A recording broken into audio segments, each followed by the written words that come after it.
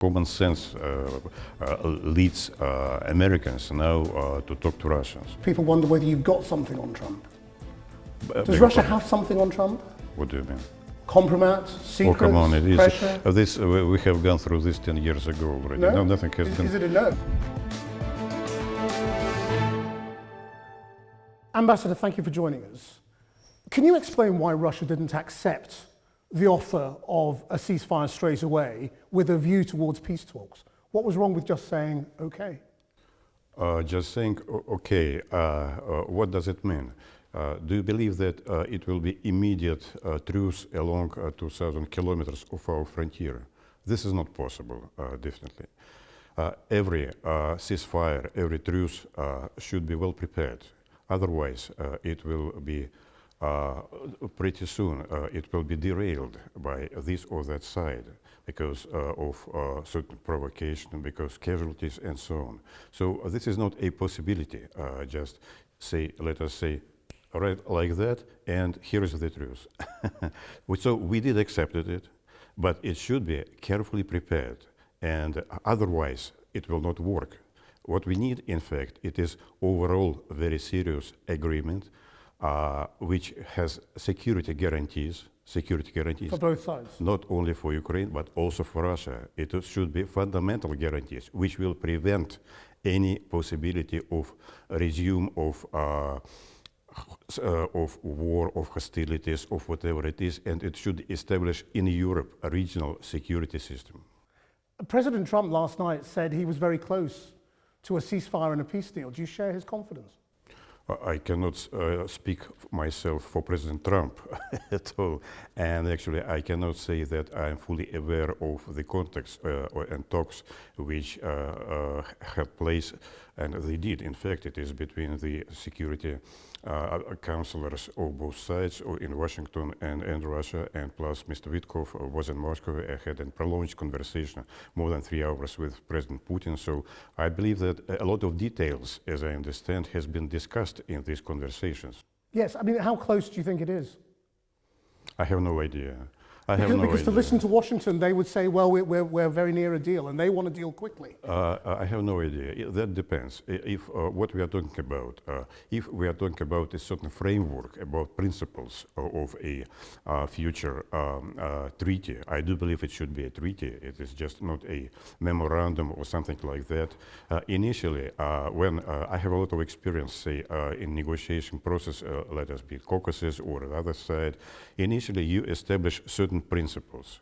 Then a framework is coming in, a framework treaty. Then upon this framework and principles, you start to elaborate articles of the text of the treaty, or it might be not one paper, but several papers with annexes. That's not how Donald Trump works, though, is it? No.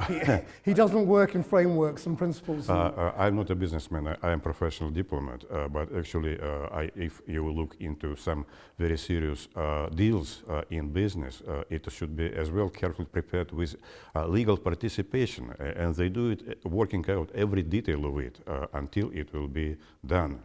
So he said last night again that you're talking about land and energy. And dividing up assets. No, yes, I heard about that, but it is not like it works. For us, most important is the elimination of ground reasons or the how do you say the most important origins of the conflict.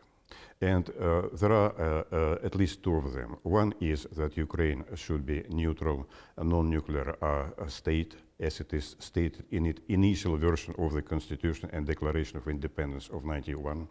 And second is that, of course, the right of minorities in Ukraine should be fully re-established. It means so-called denazification.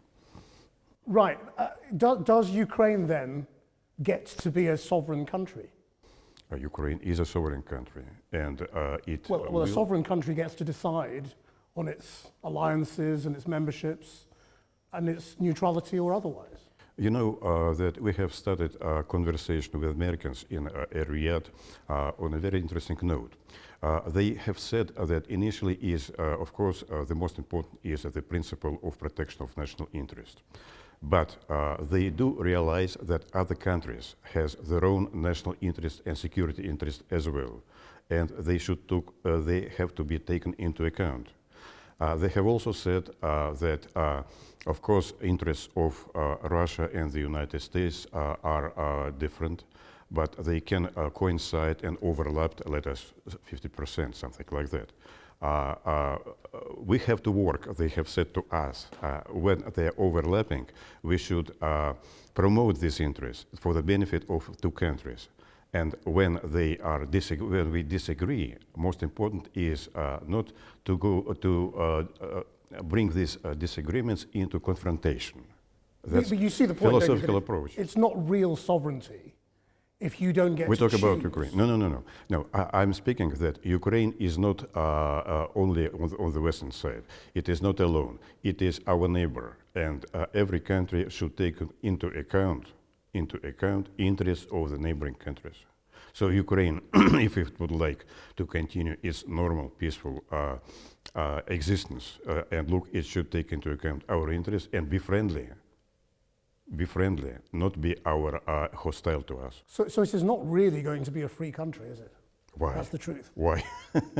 If that is funny, it is a free country live normally in free world. They do not wage war with each other. No, but a they free do not country try. gets to decide France whether and it's friendly or Germany, not. France and Germany has long ago agreed that they do not hate each other and they live peacefully in spite of very long history of contradiction. France and Britain decided to live in peace, absolutely, after very long history of hostilities to each other. Why we cannot live with Ukraine normally? But would you say Britain and Russia are friends? Not at the moment at all. Britain is conducting. So you don't have to be friends, you know, do you? No, let me finish. If you're asking me a question, then I have to answer this question. Okay, the policy of United Kingdom towards Russia is hostile at the moment. Let us say, I would choose the word adversarial, but it is even hostile because they are saying that we need to continue sanction Russia, to reinforce Ukraine in order to put a strategic defeat on Russia. What else? We need to crash Russian economy. It has been said yesterday by Prime Minister and the Minister of Foreign Affairs. So how we can treat this? It is, of course, very adversarial policy by United Kingdom towards Russia. So let's come back to what you think is acceptable in terms of the future of Ukraine. Can Ukraine have an army?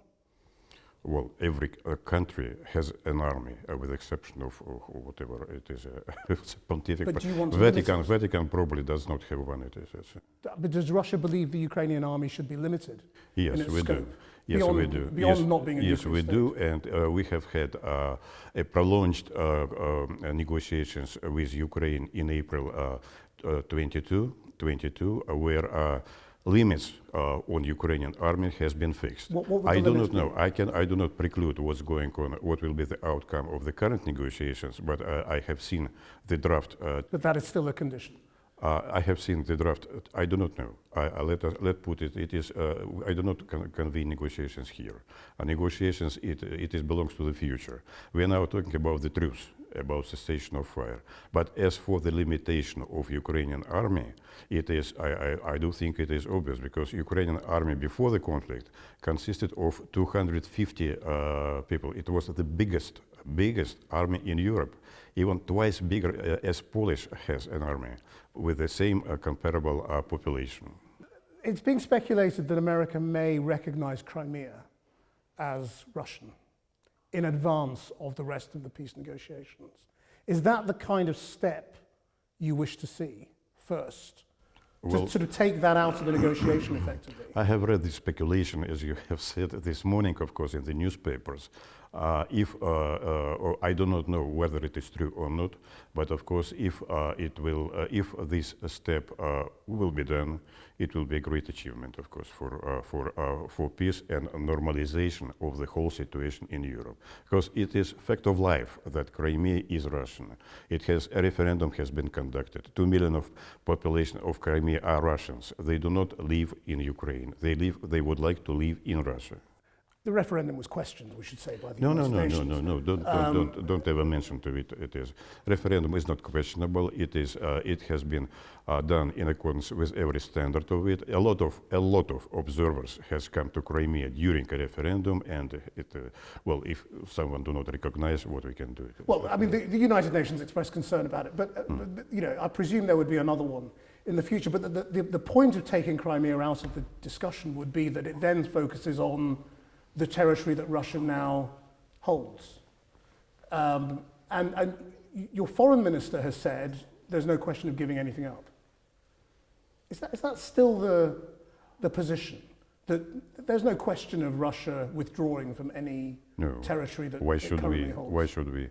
We have liberated a lot of territories. I do not speak about percentage, of course. We understand that population living on it has also a certain desire, not certain, but of course a desire to live with Russia, because we provide, it is natural, we provide much better conditions than Ukraine in terms of infrastructure, building a lot of housing and all of that, and we are restoring these lands. Right now it is visible. But you don't have everything you wanted, do you? So I mean, I suppose the question is, are there other bits of Ukraine that you also want? That you don't currently At the control? moment we speak, and this is our official position, that there are 4 regions that has been incorporated in our constitution, and that's the case, plus Crimea, of course. So And is that it?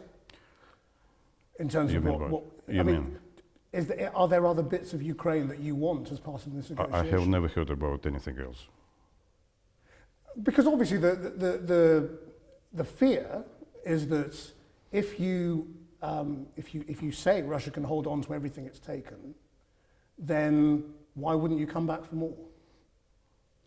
Well, this is also a question of negotiation, of course. It is just, you are asking me a hypothetical question, and Well, I'm that's giving the you fear, isn't it? hypothetical answer. Well, there are lots of fears in the air that we are going to attack this and that. There are a lot of threats that has been invented by British government or in the parliament. They are seeing that Russian ship is going through the English Channel, and imagine, this is such a threat for Britain. But it also might as make it's, sense. I mean, there might be a demand from Russia, you know, where people say, well, we've got all of that.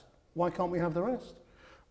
Because we are targeting to a very serious arrangement which will stop all aggressions, war, and regional tensions, and that's it. So if we will come to terms with Ukraine, it will be an outside arrangement as well for the regional security.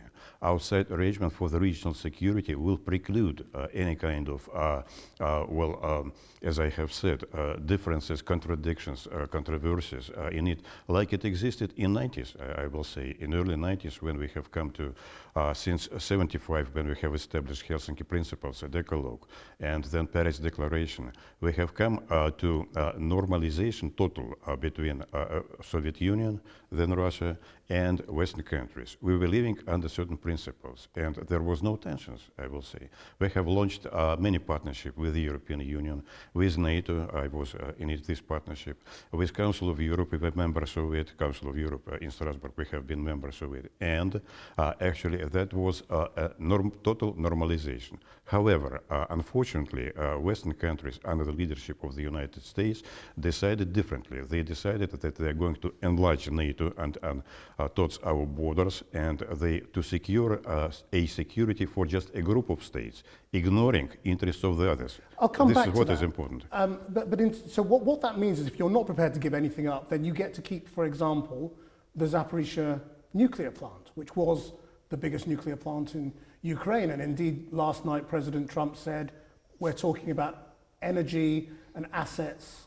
So you see the future as Russia holding on to that very important piece of energy infrastructure. Well, I have heard from the Americans. Ukraine.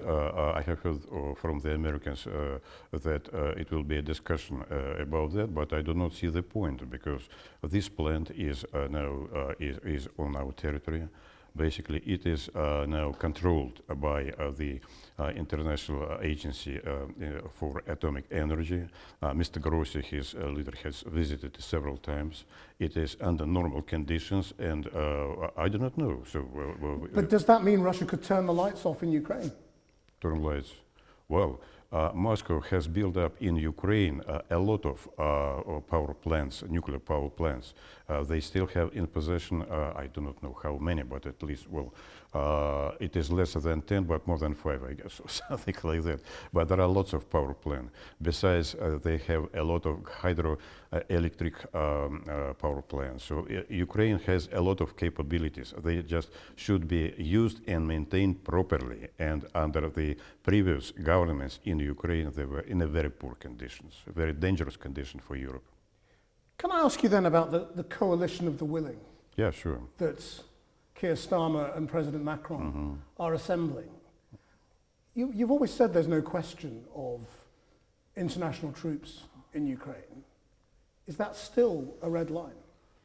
Because there are apparently 30 countries who want to take part in the security guarantees of Ukraine. It's very impressive, of course, a number of 30 countries, but what they are going to provide, I'm not sure. Well, there are two sides of it. First is that, of course, for us it is unacceptable that NATO troops will be stationed in Ukraine. It's a matter of principle, it is, because they will be stationed over there, they will need to construct bases, route of supplies, and so on it is. So why is it so unacceptable? It is because it doesn't matter what kind of label will be on these troops, it will still be NATO troops. And it's a position of principle. But you already have NATO troops on your border, so why is it different in on Ukraine? our borders? What do you mean? Well, no, of course, NATO has in the recent 2 years seriously increased number of troops close to our borders. It's around twice and a half size they have increased troops along our borders during a recent 2 or 3 years. On Ukrainian soil, so it doesn't matter for us whether it will be under European Union label or whatever it is. But why just explain why it's so important, because if we're talking about peace... Let's talk about the different. One is the condition for the negotiation, which I have emphasized. The other is, let's imagine that they are over there without our consent, yeah? What they're going to do. If, for instance, it will be, we have a truce, we have a ceasefire. If by some provocation clashes will resume, what these troops are going to do, tell me, are they going to sit idly? Then what's the sense of it? Or they will intervene on the side of Ukraine. They will be in a great danger. In this situation, without have rule of engagements, without having a mandate at all. So this is a senseless idea. But you're talking about peace. Let me please. You're talking about peacetime and security guarantees. So in a peace scenario. In a peace scenario, it should be consent of two sides of the conflict. They are in the conflict zone. If we have a peace, then they can come only with consent of both sides. Ukraine that's what I'm trying Russia. to understand. So and we do not give our consent for it. Why not? If we're talking about peace, no. in which you don't believe NATO is going to invade Russia. And for this, you need to study the whole history, the history of international relations. You never have a biased or one-sided troops on the territory. You can only have United Nations troops, OSCE observers. So you would accept UN troops? Yeah, I don't from think... non-NATO countries? Well, if it will be something like that someone will have to control, to police, to monitor what is happening. If it will be a mandate by the United Nations, why not? Why not? Of course, yes. We do have a history of OSCE observers, but it was a poor history because they were one-sided and biased, unfortunately. But there is no question of British troops being involved in Ukraine at all, as far as Russia is concerned. And here we are coming to your previous question, since UK has taken up a very hostile, I would say, and belligerent attitude towards Russia and all of that. I don't believe that we will be happy about that.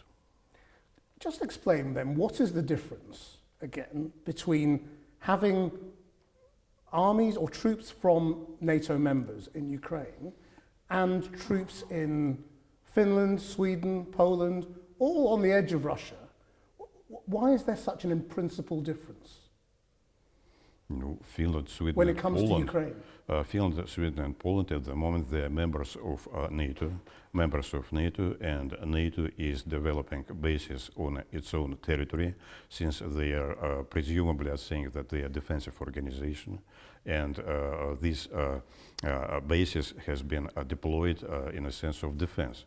Ukraine is not member of NATO, so it will be an outside deployment of NATO troops and of NATO bases, and it will be targeted against Russia, obviously. So that's the answer to your question. Of course, we will be against it. What is the next step for you in terms of confidence building? You know, does Russia expect sanctions to be lifted? Well, we are under thousands of sanctions, 10,000 as American sanctions, so of course we do not expect. We have lived under sanctions for our entire life of Russia, different sanctions. There was Jackson and Wenning sanctions, and then it has been changed for the other sanctions and all that. We used to live under sanctions, and our economy is growing 4% a year, differently from European economics. So that's not a crucial this is not part of crucial. it? This is not crucial. I think it is just if U.S. would like to do business in Russia, as I'm reading actually statements about that, then of course the bulk of it should be lifted. Initially starting with issues of money transfer and all of that, because it is most impeding for development of business. But let's see what's going to happen later on. So where do you see Russia in the world if this can be solved? Do you want Russia back in the G8? No, we are not. Do you want to be part of international organizations? No, we do not have an aspiration of being in G8, and we are part of international organization, of a major one of United Nations, of OSCE, and all others. Where you have four international organizations here in London, we participate in all of them. International Maritime Organization, coal, sugar, whatever it is. We are part of it, so we continue to But you've been treated as a pariah by much of the world. It's a silly idea. It is. Well, I have seen this tendency has started around 10 years ago. It is not in the world. It is only in Western countries, in Europe, I will say. Well, that's much of the world. And this is, so what? It is much of the world, isn't it? Western countries? It's about some 18% or 1/8. I mean, it is, well, or 20% of the world. So don't even mention it to me. But in more general terms, that was a silly idea because your politicians and they stopped to talk to us some 10 years ago. They are talking about us all the time, but among ourselves. So it has led to tension. It has led to major misunderstanding. I remember I talked to in your parliament. It was late 21, December or something like that, or beginning to 22, and it has caused serious interest in it. So that was a dialogue. But it's very rare now. Now your parliament has prohibited me to go into it or to talk to the parliamentarians. So your politicians, unfortunately, they do not have, they have a wrong perception of Russia, wrong perception about real threats, because they are talking only to each other, not to us. Yes, so do you want that to change? Do you want to change the perception of Russia? Well, I think if they are going, if they will, they will have better understanding. If they will not only talk to each other or to the French counterparts or American counterparts. Americans dared, and in fact they changed this policy. They decided that it is no go, that they should talk to us, should talk to Moscow, should talk to Putin to have negotiations. So they have come now to the idea that this trend is an impasse. It leads to not only to tension, but it leads to confrontation. However, UK perceive this line not to talk to us, but to go into confrontation, to belligerently continue to supply arms, supply money to Ukrainians. What they would like to do? To destroy Ukraine totally. This is a possibility. But what I mean is there a bigger international prize? I mean, it's not that long since the world was able to deal with Russia on other big issues, other conflicts around the world where you have influence. The questions of climate change, international finance, crime, war in Africa. Do you see Russia being a trustworthy partner in these issues? with, Well, with the West in the future? just look at the map. It's a big country, much bigger than Europe. Perhaps not in terms of population, but in terms of territory. We are in the east and in the west, and we have a lot of influence in Middle East, in Africa, in Asia, in a lot of parts of the world. It will be absolutely normal to work together. And as initially I have told you about new American philosophy, which has not been promoted by Democrats at all, but to which Republicans has come, that we should, in the overlapping areas, we should work for the benefits of our role. Are you surprised by how Donald Trump has changed the American position so dramatically? I mean, it's left much of Europe mystified. Well, I have read a phrase that when he has come to power for the first term, he did not sufficiently prepare himself, as he has expressed it, for the presidency. And it has been seen, actually, in his deeds and his actions. Right now, he's different. He is prepared. And he put a lot of people who thinks alike himself to the important positions over there. So now it is coherent, as we understand. Now it is a coherent international policy. Or perhaps it is a lot, I would say, causing certain uneasiness about Greenland, let us say, about Panama Channel, or it is, but as he faces Russia, he has a lot of understanding. And not only because a major change in his policy, but he knows the history. When he was for the first time the president, he has full possession of information about how Ukrainian conflict developed. Do you think he's a friend? Do you think he's a friend? No, I have no idea. Not mine at all. Of course it's... What would Russia think about America taking Greenland? We have no opinion, neither No about opinion. Greenland. You don't object? You don't object? We have no opinion. It is between US, Denmark, European Union, and Greenland itself. I do think that it's in principle wrong? No, I have never seen anything that it is up to the population of Greenland to decide what they would like to do. Can I ask you if there is peace? You took a lot of troops from North Korea. What does North Korea get back? I'm not sure, yes. I'm not sure, I do not know. Nobody has seen North Korean soldiers. It is only in the air that they could be present over there or not present, but You don't know whether they're there, or you're denying that? I do not neither confirm nor deny. I simply do not know. But I read a lot of bloggers of those who are taking part in the conflict right now, also in Kursk area and near over there.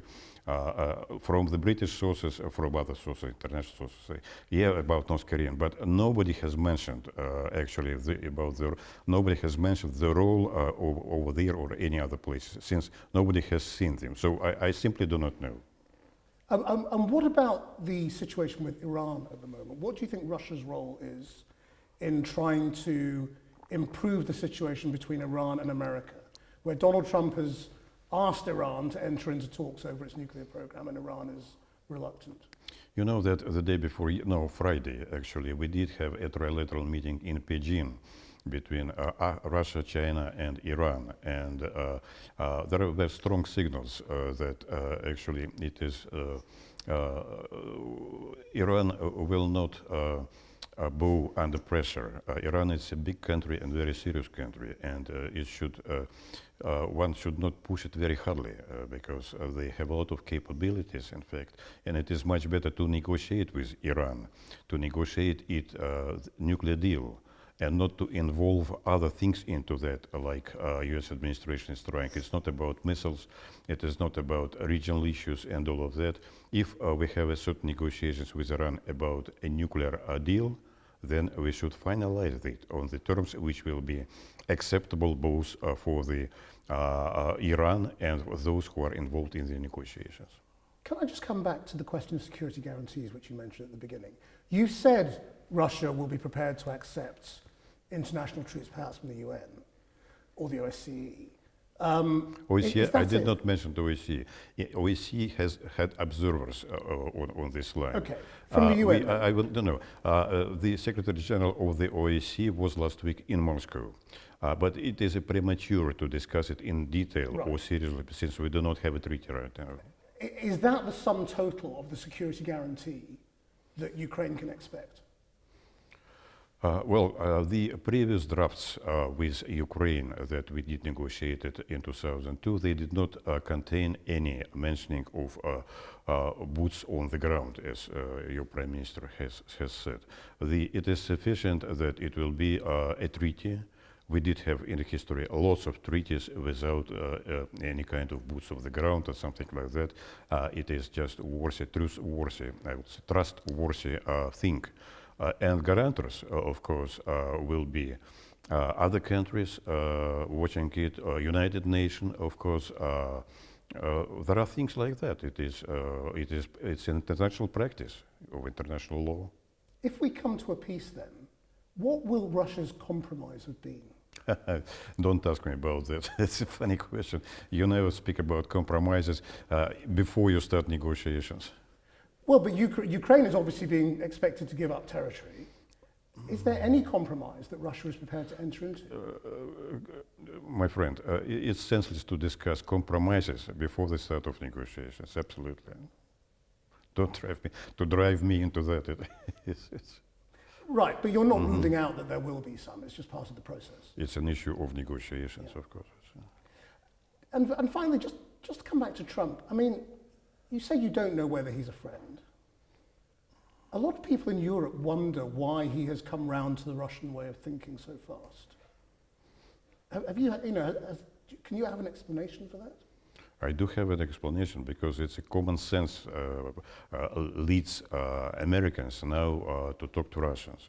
But I don't see this common sense, unfortunately, in the most of the European leaders, with except of one or two. They are not guided by the common sense. They are guided by a political necessity to continue to perform, to make impressive gestures, to talk about international politics, instead of dealing with difficult problems, internal problems that they are facing. It's so violent a change, people wonder whether you've got something on Trump. Does Russia have something on Trump? What do you mean? Compromise, secrets, come on, pressure? We have gone through this 10 years ago already. No? Nothing has been... Is it a no? No, it's a prosecutor has been assigned, as I recall, and it has come to nothing, like most of the talks here. So he's just come around to thinking your way off his own bat? As I have said, he's a personality, he's a business person, he has a lot of common sense, and he does understand what is needed and what is not needed.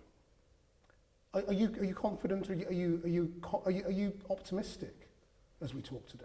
No, in that sense, I'm optimistic because everybody would like to have peace in Europe, as well as, but this peace should be strong, reliable, and long-term. And what is your message to the Baltic states, to Moldova, to other people who are looking at this with horror and thinking, well, they could come after us next?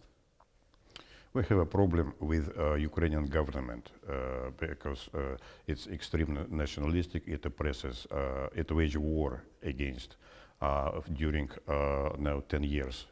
It waged war against Donbass.